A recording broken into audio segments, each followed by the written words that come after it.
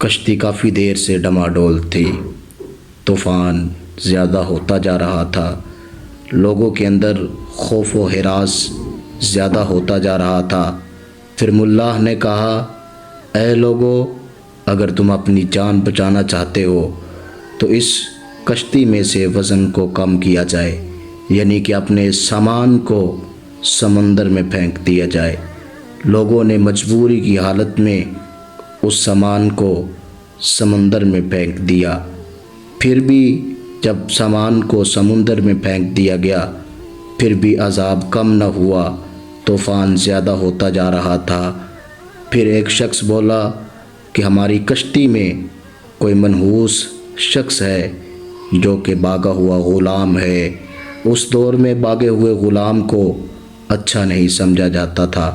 پھر ایک نورانی شکل والا شخص بولا کہ میں ہی وہ باغا ہوا غلام ہوں، مجھے اس سمندر میں پھینک دیا جائے اور عذاب الہی سے بچا جائے۔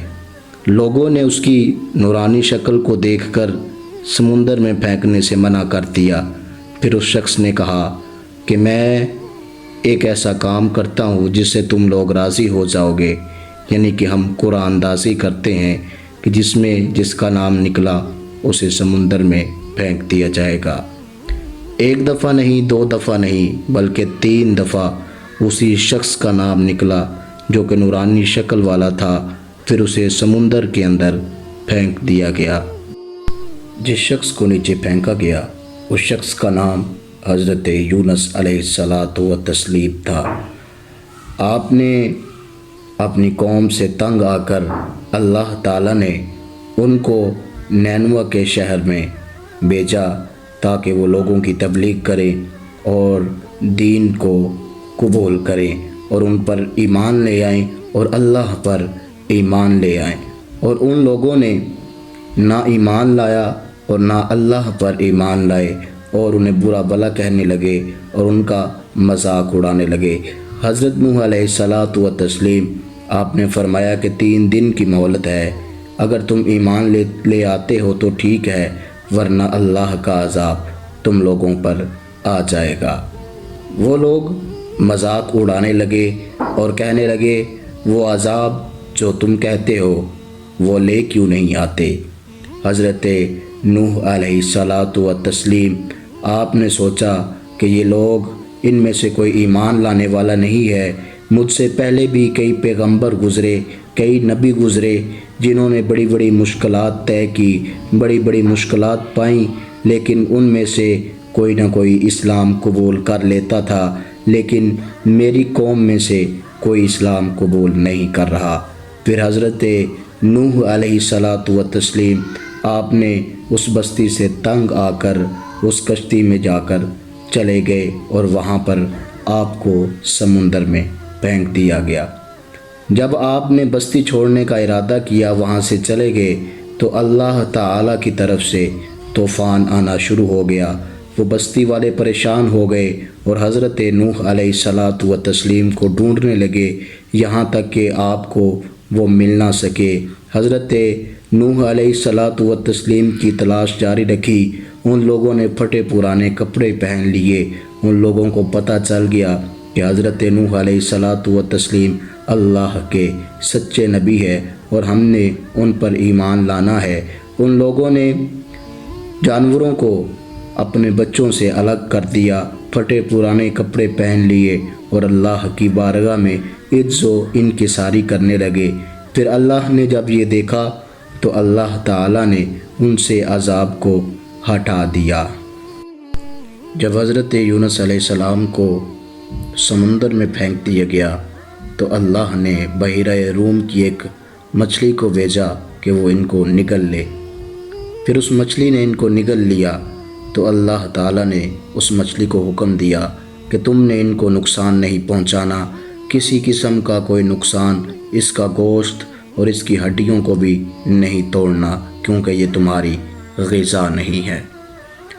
حضرت نوح علیہ الصلاۃ والتسلیم جب مچھلی کے پیٹ میں گئے تو آپ نے سوچا کہ میں مر چکا ہوں، لیکن جب آپ اندر پہنچے تو دیکھا کہ میں سانس لے رہا ہوں۔ پھر آپ سجدے میں گر گئے اور اللہ سے معافی مانگنے لگے، اور جب آپ سجدے میں گرے تو کچھ آواز آپ کے کانوں میں پڑی تو آپ نے رب العزت کی بارگاہ میں التجا کی، مالک یہ کس کی آواز ہے؟ تو وحی کے ذریعے آپ کو بتایا گیا کہ یہ مچھلیوں کی آواز ہے جو اللہ کا ذکر کر رہی ہیں۔ تو حضرت نوح علیہ الصلاۃ والتسلیم آپ نے رب العزت کی بارگاہ میں معافی طلب کی گئی۔ آپ کو 3 اندھیروں میں رکھا گیا، ایک سمندر کا اندھیرا اور ایک رات کا اندھیرا اور ایک مچھلی کے پیٹ کے اندر کا اندھیرا۔ آپ نے وہاں پر رب العزت سے معافی مانگی تو اللہ تعالیٰ نے ارشاد فرمایا، اگر تم مجھ سے معافی نہ مانگتے تو بروز محشر تک تم اسی مچھلی میں رہتے اور تمہیں زندہ اٹھایا جاتا۔ حضرت نوح علیہ الصلاۃ والتسلیم نے سفارش کی کہ مجھے باہر نکالا جائے۔ فرشتوں نے بھی مالک کی بارگاہ میں التجا کی، مالک کہ حضرت نوح علیہ السلام کو باہر نکالا جائے۔ پھر مچھلی نے آپ کو سمندر کے کنارے باہر نکال دیا گیا۔ پھر حضرت نوح علیہ الصلاۃ والتسلیم جب آپ کو باہر نکالا تو آپ بہت کمزور تھے۔ حضرت ابن عباس رضی اللہ تعالیٰ عنہ آپ کی روایت کے مطابق کہ حضرت یونس علیہ الصلاۃ والتسلیم آپ اتنے کمزور تھے کہ جیسے ایک نومولود بچہ ہوتا ہے۔ پھر وہاں پر ایک درخت کو اگایا گیا جو کہ کدو کی بیل تھی، جو کہ کھانے میں بڑی لذیذ ہوتی ہے، مکھی اس کے قریب نہیں آتی۔ اور اس کے فوائد میں یہ ہے کہ کدو نرم غذا ہے، مکھی اس کے قریب نہیں آتی، اور اس کا پھل کچا ہو یا پکا دونوں طرح اس کو کھایا جا سکتا ہے۔ حضرت نوح علیہ السلام کے لیے اللہ رب العزت نے ایک بکری کو مقرر کیا جو کہ دن کو سمندروں کے کنارے اور جنگلوں میں چرتی اور پھر آپ کو دودھ وغیرہ مہیا کرتی۔ جب آپ تندرست ہوئے تو اپنی قوم کی طرف، اپنی بستی نینوا کی طرف گئے۔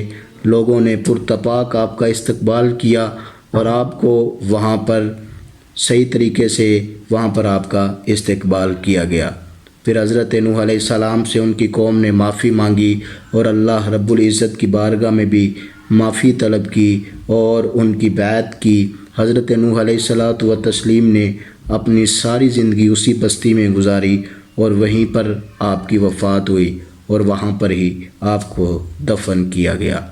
حضرت نوح علیہ السلام کی دعا جو کہ آپ نے مچھلی کے پیٹ میں مانگی تھی، لا الہ الا انت سبحانک انی کنت من الظالمین، حضور صلی اللہ علیہ وآلہ وسلم نے ارشاد فرمایا، جو کوئی مصیبت میں ہو اس دعا کو پڑھ کر دعا مانگے تو اللہ اس کی دعا کو قبول کرتا ہے۔